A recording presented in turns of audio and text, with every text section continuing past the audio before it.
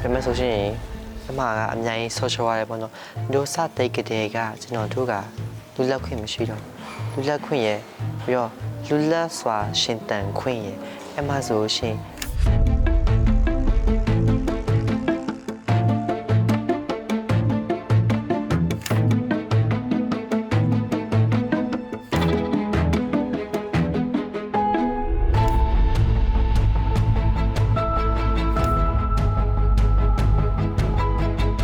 တို့ကကလေးတယောက်ဆိုပေမဲ့ပေါ့နော်အဲ့ဒီချီတော့ကလေးတယောက်ဆိုပေမဲ့ဒါပေမဲ့ဆက်ကြမှာလူကြီးတယောက်စိတ်ခက်ရှိခဲ့တယ်ပေါ့နော်။ဘာကြောင့်လဲဆိုရှင်ကျွန်တော်တို့ကလေးတွေကလည်းပဲအတိစိတ်အတိတရားစစ်စစ်တော့တရားရှိတယ်ပေါ့နော်။အဲကြောင့်မလို့စစ်အာဏာဘက်ကအာဏာတရတဲ့အချိန်မှာကလေးတယောက်အနေနဲ့ဘာတွေလုပ်ခဲ့ရလဲဆိုရှင်ကျွန်တော်ရဲ့အကူနဲ့ပေါ့နော်စန္ဒပြပွဲအတူတွားခဲ့တယ်။အဲ့တော့ကအရာလူတွေကတာခဲ့ပေမဲ့ကိုရဲ့မျိုးချစ်ကိုချစ်တယ်ကိုရဲ့နိုင်ငံကိုမျက်ညွန်တဲ့အတွက်ကြောင့်မလို့ဒီရုံမာရဲ့လူတွေလက်ထက်ကနေပြီးတော့ကိုရဲ့မြန်မာနိုင်ငံကိုကဲတည်ခြင်းနဲ့စိတ်နဲ့ကလေးတယောက်အနေနဲ့စကားပြပွဲတွေမှာပါပြီးတော့ဝင်ရောက်ခဲ့တယ်ပေါ့နော်။ဘာလို့ရှိရင်အဲ့ကတည်းကစပြီးတော့ကျွန်တော်တို့ကကြောင်တက်ဖို့ဆိုတာလောကမဖြစ်နိုင်တော့ဘူးပေါ့နော်။ကျွန်တော်ဒီမကောက်ဘူးကျွန်တော်အကူတွေကျွန်တော်အထက်အကူအမရွာလည်းပဲသူတို့အနေနဲ့ရောတက်ကတူဆက်တက်ဖို့ကြောင်ဆက်တက်ဖို့ကသူကအရန်ကိုမှခက်ခဲသွားပြီပေါ့နော်။ပြီးတော့တက်ဖို့ကလည်းမဖြစ်နိုင်တော့ဘူးပေါ့နော်ပြမယ်ဆိုလို့ရှိရင်အဲ့ချက်မှာတော့ဆိုရှင်ကျွန်တော်တကယ်ချင်းအကျုံးပြောရပေါ့နော်အေးညီကကလေးတယောက်ပဲညီမလေးဘာလို့နိုင်ဆိုမှမရှိသေးဘူးကျမတို့ညီအဲ့ဒီစနစ်ပေါ်နေမလိုက်တော့နဲ့တော့အကယ်တခုပြောရှင်ညီအသက်ပါနေဆော်ရှယ်သွားနိုင်တော့အမြင်ပြောရပေါ့နော်ဒါပေမဲ့ကျွန်တော်ကရအောင်နားမထောင်ခဲ့ဘာကြောင့်လဲဆိုတော့သူတို့ကဒီလူရုံမာတွေရဲ့လက်အောက်မှာသူတို့ကပျော်ရွှင်နေမဲ့အစားကိုယ့်ရဲ့စစ်မှန်တဲ့ဒီပျော်ရွှင်မှုကလက်ခံစားစေချင်ရပေါ့နော်ပြီးတော့သူတို့ကအမြင်ညာကြောင်တက်ဖို့ခေါ်တယ်ဒါဒီအသက်အရွယ်ကနေစနကြပဲတိုင်းမှာမဟုတ်ဘူးဒီခုတက်ရွယ်ကဒီကြောင်တက်ရမယ့်အရွယ်ကျွန်တော်နေ့ပညာရေးလမ်းကြောင်းကိုနေမရှောမခံနဲ့ပေါ့နော်ဒါပေမဲ့ကျွန်တော်ကဒီပညာရေးလမ်းကြောင်းထဲကိုယ့်ရဲ့ freedom ရဖို့အရေးကြီးရပေါ့နော်ဒီ freedom ဆိုတာကကျွန်တော်တို့တယောက်တည်းမဟုတ်ကိုယ့်ရဲ့မြန်မာနိုင်ငံသားအကုန်လုံးတရားမှန်တာရဖို့အတွက်ပေါ့နော်ဒီစစ်မြေပြင်ထွက်ခဲ့ရတဲ့အတိုင်းပဲပေါ့နော်ဟုတ်ကဲ့သူတို့ကတမင်ပါကြရလဲဘာမှပြောဘူးပေါ့နော်ဆိုကိုကဘယ်လဲရွေးချက်ချင်းလဲပေါ့နော်ကြောင်တက်မလားဒါမှမဟုတ်အဲ့ဒီဟိုတာမလားဆိုတော့ကိုကလည်းအဲ့ဒီဘက်ရွေးလိုက်တယ်ဘာလို့လဲဆိုတော့ဒီသူကြောင်တက်မယ်ဆိုလို့ရှိရင်ကိုကစီနီယာစတမဟုတ်တဲ့အတွက်ကြောင့်မို့လေအဲ့မှာဆိုရှင်လူစာတင်ရလဲတစ်စက်တစ်ပိုင်းပဲဖြစ်သွားတယ်ကျွန်တော်အရင်မထီရောက်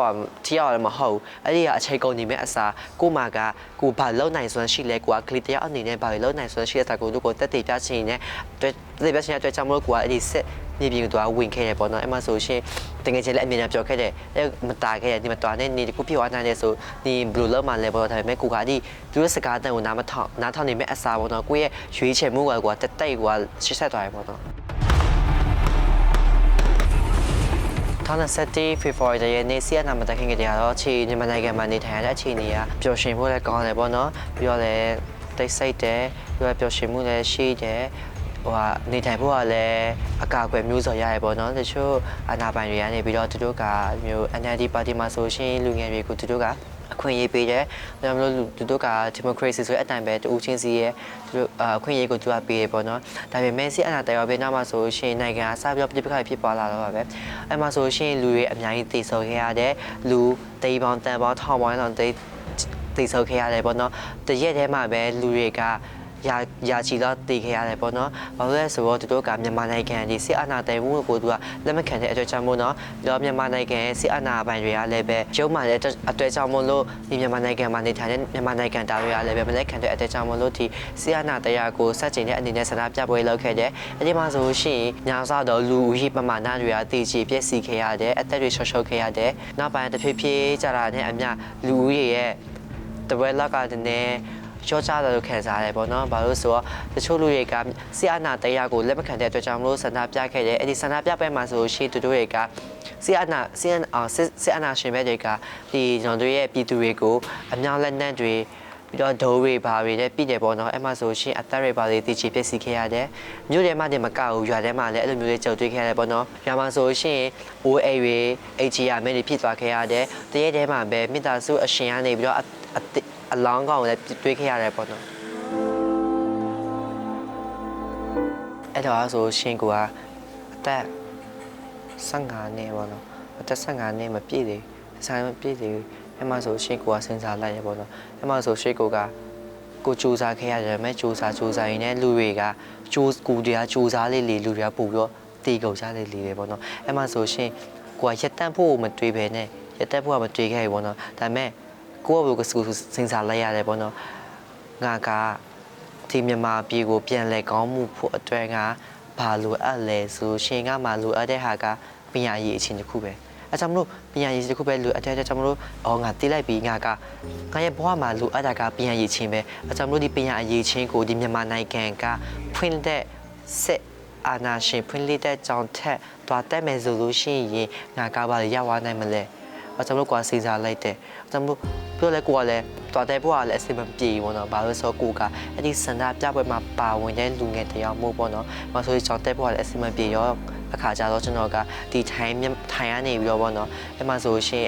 အဒီအတော်တွေကပေါ့နော်ပြောကြရပေါ့နော်အကယ်၍နေရာမှာဆိုရှင်အခြေကုတ်ဝါနိုင်ပေါ့နော်ပြီးတော့ဒီစစ်အနာစင်ဖွင့်လှစ်တဲ့ကြောင်တွေမှာလည်းအခြေကုတ်ခံတော့တက်မနေနဲ့ပေါ့နော်ဒီမှာဆိုရှင်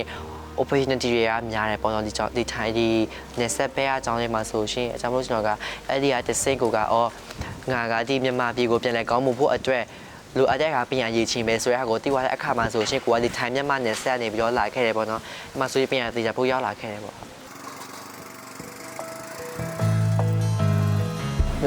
ထိုင်မြေကိုပထမဆုံးစလန်တဲ့အခါမှာဆိုရင်ကိုကစဉ်းစားလဲပေါ့နော်ဒီနိုင်ငံကိုရဲ့ဒုတိယနိုင်ငံဒီနိုင်ငံကိုပြောလို့ရတယ်ပေါ့နော်ဘာလို့ဆိုတော့မြန်မာပြည်ကိုကထိုင်ရောက်လာခဲ့ဆိုတော့ပေါ့နော်ဒီမှာဆိုရှင်ဒီငါကဒီထိုင်နိုင်ငံမှာရောက်လာပြီးဆိုကြတဲ့ကငါကဒီကလူမျိုးလည်းမတူတော့ဘူးသူတို့မှရှိတဲ့ဒီ culture တွေသူရဲ့ traditional တွေကကိုယ်နဲ့မတူတဲ့အခါကျတော့ပေါ့နော်။မဆိုရှင်ကလက်လျော်ညှိနှိုးဖို့ဆိုတာအလုံးကခက်ခဲပေါ့နော်။အစားအသောက်ပဲဖြစ်ဖြစ်ဒီဘာသာစကားပဲဖြစ်ဖြစ်ပေါ့နော်။မဆိုရှင်အခက်ခဲအများကြီးကြုံတွေ့ရပေါ့နော်။ဒါပေမဲ့ဒီနေဆက်တော့မှဆိုကျွန်တော်တွေ့ရတလားတော့လေကျွန်တော်တို့ကြောင်တက်တဲ့ area တဝန်းမှာဆိုရှင်တချို့ထိုင် native people တွေလေသူကမကြိုက်ကြဘူးဘာလို့ဆိုတော့ကိုရီးယားမြန်မာမလို့သူတို့ကတချို့ပဲပြောပေါ့တော့တချို့ထိုင်းလူမျိုးတွေကမဟုတ်ကြတယ်ပေါ့တော့ဘာဖြစ်လဲတော့မသိဘူးပေါ့တော့ကျွန်တော်တို့ကလည်းဒါကိုနိုင်ကမှာဒီကိုအပီးမှန်လာနေရမဟုတ်ဘူးပေါ့နော်ကိုနိုင်ကမှာအခက်အခဲဖြစ်လို့ခဏလေးလာပြီးတော့ခုနာခွင့်လာယူလိုက်ပေါ့တော့ဒါပေမဲ့သူတို့တွေကကျွန်တော်တို့ရဲ့မြန်မာနိုင်ငံသားတွေကိုဘာကြောင့်မပေးနေစေချင်ရလဲပေါ့နော်တခါတလေအပီထဲဆိုရှင်တို့ကကိုမျက်နှာစတဲ့အကြီးကကြီးလေးရှိရပေါ့နော်မရှိကိုယုံရှာတဲ့မျက်နှာအနီအထားနဲ့ပေါ့နော်အဲ့မှာဆိုတခါကြီးကြုံတွေ့ခဲ့ရတယ်ပေါ့နော်လမ်းမှာသွားရဲဆိုရှင်ပြီးတော့ကိုကသွားလမ်းမှာသွားရဲဆိုရှင်ပြီးတော့တို့မိရပေါ့နော်မကြိုက်ที่ไหนแล้วก็พม่าแบบว่าโซเชียลတော့ကမျက်နှာ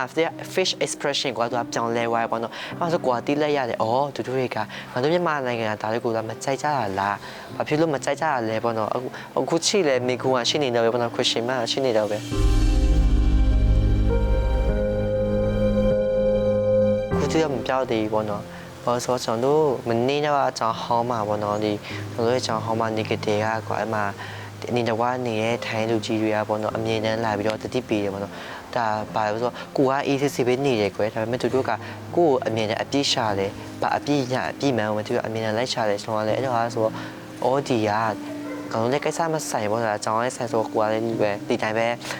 တပြီးတော့ခင်မဆိုင်ပေါ့နော်ဒီနေ့ပြောင်းလာတယ်ဒီကြောင်းအစ်စ်မှာကြောင်းပြောင်းလိုက်တဲ့အခါမှာလည်းအဲ့လိုပဲအဲ့မှာဆိုရှစ်ကျွန်တော်တို့ကနေတာလည်းရက်ခွဲတယ်မှလည်းမဟုတ်ဒါပေမဲ့ဆိုရှင်အဲ့ဒီ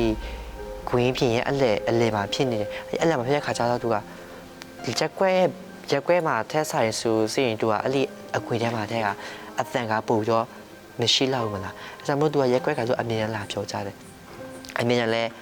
ရက်ကွဲထောက်ခံစာကလူအပ်တယ်ပေါ့နော်ဒီနေ့အတွက်ဆိုရှင်ဒါပေမဲ့အမဆိုရှင်ကအများကြီးကြုံတွေ့ခဲ့ဘာကြုံတွေ့ခဲ့ဆိုကျွန်တော်မသိပြီပဲဒီဆရာဆရာမတို့သိရပေါ့နော်အမဆိုထိုင်းလူကြီးအမြင်နဲ့လာပြောကြတယ်အေးနင်တို့နေတာက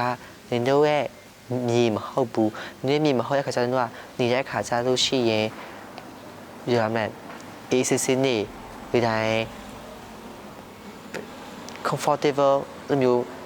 းနေဖို့ထက်စားလို့ရှိရင်ကွာမျိုးသူတို့ကြားလုံးလို့ကွာဒီချောင်ကတ်လေးမှာကတ်နေရတဲ့ခံစားချက်မျိုးပေါ့နော်အဲ့မှာဆိုရင်အမြဲတမ်းပဲသူကတစ်ခါလာပြီးတော့ဆက်ရင်းလာဆွေးနွေးမယ်ဆိုရှင်သာပိတ်ဆန်ရအများကြီးပြီးခဲ့ရတယ်ပေါ့နော်အဲ့မှာဆိုရှင်တစ်ခါလာလို့ရှိရင် back ဘယ်နဲ့တိတ်လဲလို့ရှိရင်ဘက်ပညာထောင်ပညာသိလဲအမှဆိုအများကြီးကောက်ရပေါ့နော်အဲ့မှာဒီရက်ခွက်ထောက်ခံစာရဖို့ကပစ္စံရအများကြီးကောက်ခဲ့ရပေါ့ဒီနေ့ဒီကျွန်တော်တိမှဆိုလို့ရှိရင်ပေါ့အခုချက်တီတို့ကလည်း မဟုတ်တာမလက်ခံကြသေးအခုထိဘာဖြစ်လဲမသိဒါပေမဲ့ဆိုရှင်အမကအများကြီး social ရတယ်ပေါ့နော်မျိုးစတိတ်ကလေးကကျွန်တော်တို့က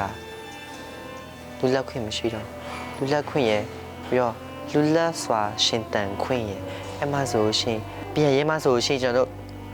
ကဟိုးငယ်ကလေးကရှိပြီးသားပဲအိမ်ကအသက်16နှစ်မှာငါစေတန်ပြီးမယ်စေတန်ပြီးတဲ့အခါကျတော့ရှင်ကအိမ်မြန်မာနိုင်ငံကြီးရန်ကုန်စီတက်ကတူမှာတို့မန္တလေးစီတက်ကတူမှာဆိုတော့စီချောင်းတက်ခွင့်ရအောင်ငါလုံးမယ်ဆိုရဲရှိမှချက်